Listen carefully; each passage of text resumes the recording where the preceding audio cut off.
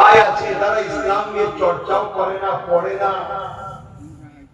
আর একদল ভণ্ড বাবা আছে তারা এদেরকে ব্রেন ওয়াশ করছে, ওয়াশ করে আমার দেশটাকে আবার গোলামের দিকে নিয়ে যাচ্ছে।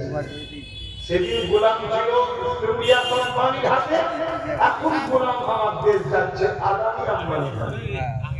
কিন্তু আমার ভাইরা বুঝতে না, যেদিন গোলাম হয়ে যাবে চোখ চরণ গাছ হয়ে যাবে। কথা কিছু বুঝে আসছে? তবে এই অহেদ একটা জাত, এই অহেদ একটা জাত যারা জীবনের গোলামীকে স্বীকার করে না, তারা হলো কি ইমানদার মুসলমান।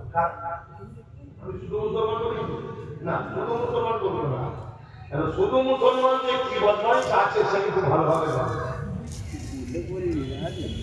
ইমানদার মুসলমান এদের সংখ্যাটা কম হতে পারে, কিন্তু এরা কোনদিন কারো দাসত্ব, কারো বশত্ব শিকার, আল্লাহ সারা কারো কাছে এরা কখনো মাথা নত করে না।